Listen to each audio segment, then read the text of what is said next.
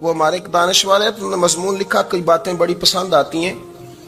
وہ کہتے ہیں کہ میری اہلیہ، ان کو بھی کسی نے نا مس گائیڈ کر دیا تھا، حالانکہ اچھی خاتون ہے، کسی نے مس گائیڈ کر دیا، تو وہ بھی سماجی اور ویلفیئر اور یہ خواتین کو شوق ہوتا نا بننے کا، تو وہ بھی سماج کے اندر اچھا مقام تلاش کرنے کے موڈ میں آ گئی۔ تو کہیں ایک دن جانا تھا تو بڑی بن سنور کے میرے ساتھ وہ گاڑی میں بیٹھ گئی۔ تو میں گاڑی میں، عورتوں کو یہ بھی مسئلہ ہوتا ہے نا کہ ہماری تعریف کرو، تو کئی دفعہ بعد مردوں بیچاروں کو جھوٹ بولنا پڑتا ہے، تو زبردستی کراتی ہیں نا جی۔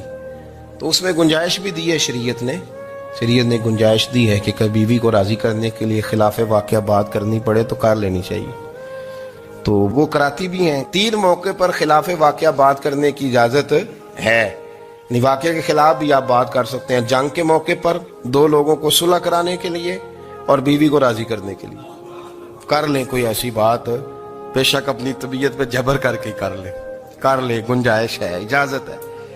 تو وہ کہتے ہیں جب وہ گاڑی میں میرے ساتھ بیٹھی بن سور کے، تو وہ تقاضا کرنے لگی کہ میں نے مطلب بڑے اچھے کپڑے پہنے ہیں پر آپ نے توجہ نہیں کرائی۔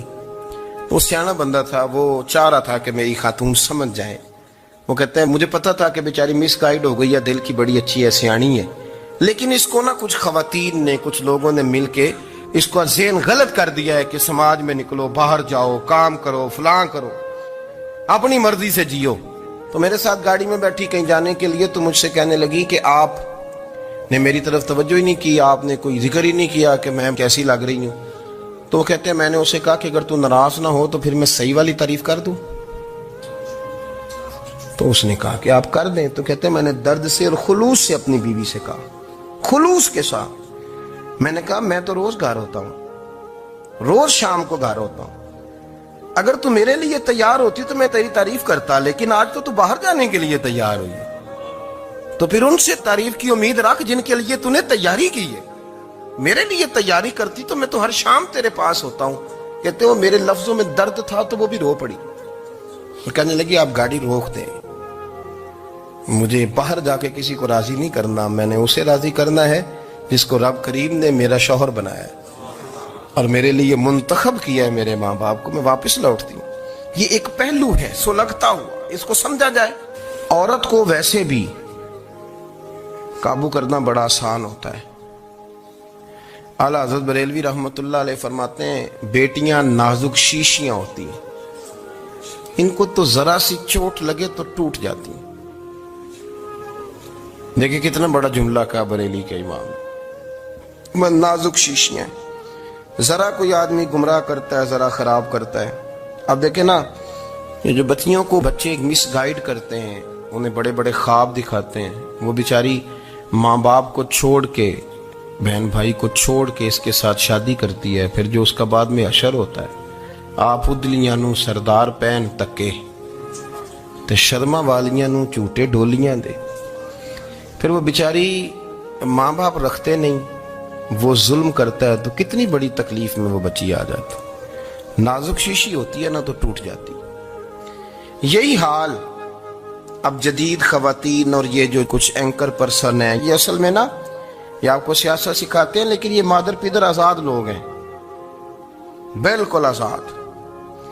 یہ تو علماء شور نہ کریں، بات نہ کریں، گفتگو نہ کریں، مشائخ بات نہ کریں، اور یہ جو کچھ سنجیدہ اور دینی طبقہ ہے یہ کچھ شور نہ کرے، یہ تو روڈوں پہ ننگے ہو کے آ جائیں معاذ اللہ۔ خوفناک نظریہ رکھتے ہیں یہ لوگ۔ عورت کو کہتے ہیں تیرے حقوق ہم تجھے لے کے دیں گے، مثلاً وہ کون سا حق ہے جو تم نے لے کے دینا ہے؟ میرے نبی کریم صلی اللہ علیہ وسلم نے اس کو بیٹی بھی بنایا ہے، اس کو بہن بھی بنایا ہے، اس کو ماں بھی بنایا ہے، اسے بیوی کا عالی شان رتبہ بھی عطا فرمایا ہے۔ اور چونکہ بیٹی کا بھی حق بڑا بیان کیا جاتا ہے، بہن کا بھی، ماں کا بھی، اور بیوی کے معاملے میں لوگ سمجھتے ہیں کہ زیادہ بات نہیں کرنی چاہیے، شاید مسئلہ خراب ہو جائے۔ حالانکہ نبی پاک صلی اللہ تعالی علیہ وسلم نے بیوی کے بارے میں پتہ کیا فرمایا؟ فرمایا جب تم نکاح کر لیتے ہو تو اپنا ایمان محفوظ کر لیتے ہو۔ اب میں اس کی شرح نہیں کرتا، آپ خود کر لیجئے گا کہ وہ ایک ایسی شخصیت ہوتی ہے کہ جس کی موجودگی میں آپ کا ایمان محفوظ ہے۔ اب میں نہیں سمجھتا کہ اس سے بڑی بات کوئی اور ہو سکتی ہے، جس کی موجودگی میں آپ کا ایمان، اور بھئی یہ حدیث پاک عرض کر رہا ہوں، نکاح جب کوئی کر لے تو اس نے اپنا ایمان مکمل کر لیا. اس کا معنی یہ ہوا کہ آپ کا ایمان محفوظ ہے اس کی موجودگی میں. تو اس سے زیادہ بھی یعنی ایمان سب سے قیمتی چیز ہے نا, تو اس کے محفوظ ہونے کی وجہ حضور نے نکاح بیان کر دی. اب میرا خیال ہے بی بی اگر کوئی اس سے بڑا حقوق مانگے گی تو بیوقوفی کرے گی. اتنا بڑا درجہ نبی کریم نے اسے عطا کر دیا, اتنا بڑا مقام دے دیا کہ تو خامند کے ایمان کے محفوظ ہونے کا ذریعہ بن گئی ہے. عورت کو جو حقوق رسول کریم صلی اللہ تعالی علیہ وسلم نے عطا فرمائے, نبی پاک نے جو حقوق دیے. دیکھیں نا, حضرت عبداللہ ابن عمر رضی اللہ تعالیٰ عنہ کی اہلیہ بیمار تھی, تو جلدی جلدی سے وہ آئے. تو جب بہت جلدی ہو, سفر بڑا شدید تھا, تو آپ نے جلدی سے نماز ادا کی, جلدی سے چلے. آپ کے خادم کہنے لگے حضور خیریت ہے؟ فرمایا میری بیوی بیمار ہے. تو اس نے عرض کی حضور آپ کی اہلیہ بیمار ہے. تو آپ نے نماز بھی جلدی سے پڑھی, سفر بھی جلدی جلدی کیا. تو فرمانے لگے یہ وہ چیزیں ہیں جو ہمیں مدینے والے رسول نے سکھائی. آپ اس کیفیات کو سمجھیں کہ حضور صلی اللہ علیہ وسلم نے درس دیا. اور پھر ایک اور بہت بڑی بات, یہ فضیلت کسی اور کو نہیں دی. جو عورت کو حضور نے فضیلت دی, یہ فضیلت کسی اور کو نہیں دی. کبھی حضور نے فرمایا کہ تمہارا ابا تمہارے ساتھ بہت سخت رویہ کرے تو تم نے اس کو اس سختی پر داد دینی ہے. فرمایا چلو اگر وہ زیادتی بھی کرے تو تم نے اس کے ساتھ سلوک اچھا ہی کرنا ہے. لیکن آپ ایک بات کو سمجھے نا کہ بچے کے بارے میں, بیٹے کے بارے میں, بیٹی کے بارے میں فرمایا 10 سال کے ہو کے نماز نہ پڑھے تو سختی کرو, تمہارا ڈنڈا بھی لٹکنا چاہیے. بہت ساری جگہوں پہ بہت سارے لوگوں کے لیے سختی کا حکم دیا, لیکن عورت کے لیے حضور نے جو جملے کہے, اصل میں ہم سمجھتے ہیں کہ یہ ایک بات ہے, مشہور ہو گئی ہے روایت حدیث, تو بس اس کے پس منظر پر اور جملوں کے حسن پر شاید معاذ اللہ غور کرنے کی ضرورت نہیں. ذرا اس لفظ کی تاثیر پر غور کریں. حضور نے فرمایا عورت ٹیڑھی پسلی سے پیدا کی گئی ہے, یہ ٹیڑھی ہے, کو سیدھا کرنے کی کوشش کرو گے تو ٹوٹ جائے گی. تو حضور پھر ہمارے لیے حکم کیا ہے؟ فرمایا جیسی ہے تم اسی کے ساتھ نبھا کرو. آپ سمجھیں کہ اتنا محفوظ حضور نے درجہ دے دیا بی بی کو, اتنا محفوظ کہ فرمایا غلطی بھی ہو تو میرے غلاموں تم اس کے ساتھ نبھا کرو, گزارا کر لو. کو کیا اور حق چاہیے عورت کو, جس کو اس کی غلطیوں سمیت نبی پاک نے قبول کرنے کا حکم دے دیا کہ اس کی کمزوریوں سمیت قبول کر لو. اب اس کو اور کیا کوئی کمزوریوں سمیت قبول کرتا ہے؟ کبھی آپ دکان پہ بیٹھے ہو تو آپ کہیں بھی اس میں یہ بھی غلطی, میرے مال میں یہ بھی کمزوری ہے, یہ بھی کمزوری ہے, یہ بھی کمزوری ہے, تو کر لے قبول. کرتا ہے کوئی؟ کوئی شخص ایسا ہو جو کسی چیز کی کمزوریاں بیان کر کے کہ اسے قبول کرو؟ پر رسول کریم صلی اللہ تعالی علیہ وسلم نے نا ہمیں سبق دیا, حضور نے ہمیں درس دیا, نبی پاک نے ہمیں پیغام دیا. فرمایا یہ ٹیڑھی ہے, سیدھی کرنے کی کوشش کرو گے تو بیچاری ٹوٹ جائے گی, تو اس کے ساتھ نبھا کر جاؤ. آپ میری بات کو سمجھیے گا. چلیں میں اس پر ایک اور بخاری مسلم کی حدیث پڑھتا ہوں. حضرت سلمان فارسی رضی اللہ تعالیٰ عنہ اور حضرت ابو دردہ کے درمیان بھائی چارہ تھا. مکے سے مدینے جب لوگ آئے تو حضور نے بھائی بھائی بنایا تھا. ان کے درمیان بھائی چارہ تھا, تو ابھی پردے کی آیات نازل نہیں ہوئی تھی, تو لوگ ایک دوسرے کی طرف جاتے تھے. حضرت سلمان فارسی رضی اللہ تعالیٰ عنہ حضرت ابو دردہ رضی اللہ تعالیٰ عنہ کے گھر میں تشریف لے گئے, تو دیکھا کہ ان کی بیوی بڑی غمگین بیٹھی. تو ہم نے فرمایا بہن کیا ہوا؟ تو کہنے لگی تمہارے بھائی کو دلچسپی کوئی نہیں رہی, ہر روز روزہ رکھ لیتا ہے اور ساری رات نفل پڑھتا ہے. حضرت سلمان فارسی کہنے لگے ٹھیک ہے کر لیتے ہیں بندوبست. نماز دین ہے کہ نہیں؟ دین ہے نا یہ چیزیں. لیکن حضرت سلمان فارسی جناب ابو دردہ سے کہنے لگے آج میں نے تیرے گھر میں رہنا رات کو, کیونکہ وہ تو ساری رات نماز پڑھتے تھے, نفل پڑھتے تھے. انہوں نے کہا ٹھیک ہے. ایک بستر لا کے بچھا دیا حضرت سلمان فارسی کے لیے. سلمان فارسی فرمانے لگے دوسرا بھی لا. کہا وہ کیا کرنا ہے؟ فرمانے لگے تو نے بھی سونا ہے, میں نے بھی سونا ہے, تو نے بھی سونا ہے. عشاء پڑھیں گے اور پھر دونوں سوئیں گے. کہا میں نے تو نماز پڑھنی ہے. فرمایا تہجد کے وقت اٹھ کے پڑھیں گے, اللہ کے رسول بھی رات آخری حصے میں جا کے نماز پڑھتے ہیں. ادھر ساتھ سلا لیا. وہ تھوڑی کو دیر سوئے, اب عادت تھی ساری رات اٹھنے کی, ذرا اٹھنے لگے بستر سے. تو حضرت سلمان فارسی فرمایا چپ کر کے سو جا, وہ بڑی رات پڑی ہوئی, چپ کر کے سو جا. وہ لیٹ گئے, پھر اٹھنے لگے. تو فرمایا سو جا چپ کر کے, بڑا ٹائم ہے. سحری کے وقت اٹھے, نفل پڑھے. ان کا ارادہ تھا روزہ رکھنے کا, تو فرمانے لگے کل رکھا تھا نا.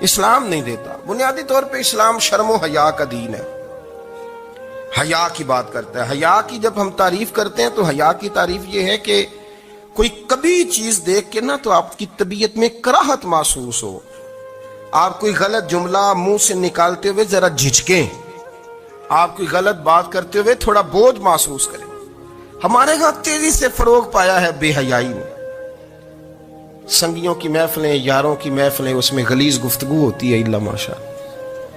جن دوستوں کو بڑی پاک صاف گفتگو کرنی چاہیے، دوستی کا رشتہ بڑا مقدس رشتہ ہے، جو یہاں ایک دوسرے سے پیار کریں گے جنت میں بھی اکٹھے داخل کیے جائیں گے۔ شرط یہ ہے کہ پیار اللہ رسول کی رضا کے لیے ہو، لیکن اس کے اندر اگر آپ کی گفتگو کچی ہو، کمزور ہو، فحاشی والی ہو، عریانی والی ہو، وہ ہمارے ہاں تو اب اس کو لوگ فیشن سمجھتے ہیں، اس کو مردانگی کی علامت سمجھتے ہیں کہ وہ جی ساری باتیں جی وہاں ہو گئی، اور جس کا جو جی چاہا اس نے کہا۔ آپ جب حیا کے دائرے میں ہوتے ہیں تو آپ خود بھی سکون محسوس کرتے ہیں۔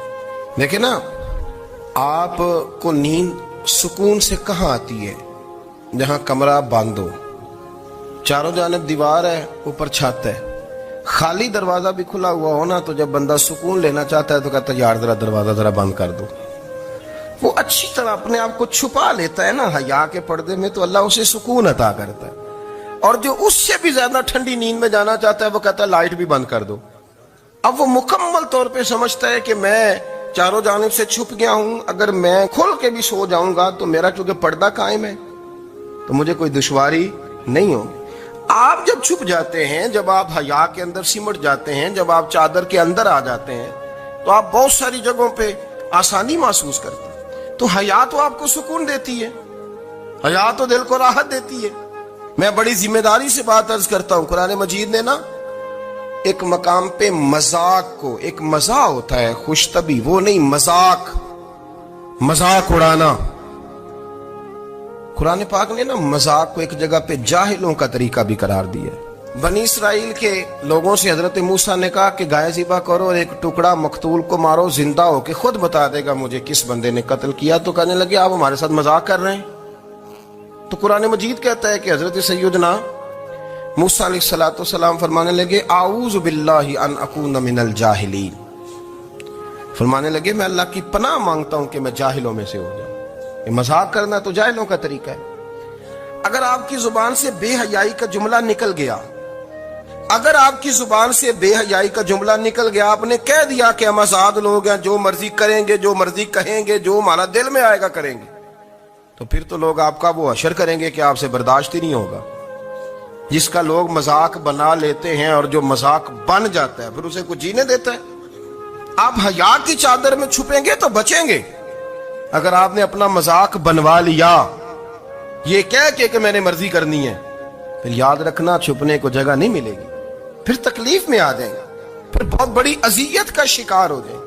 شرم و حیا، عرب کے اندر جو کنواری لڑکیاں تھیں ان میں بڑی حیا ہوتی تھی۔ الحمدللہ میں بڑے فخر سے کہتا ہوں کہ میرے پنجاب کی، میرے پاکستان کی بیٹیاں بھی 20 دفعہ ان کا ابا کہے تیری شادی کرنی ہے تو وہ آنکھ نہیں اٹھا پاتی آج بھی۔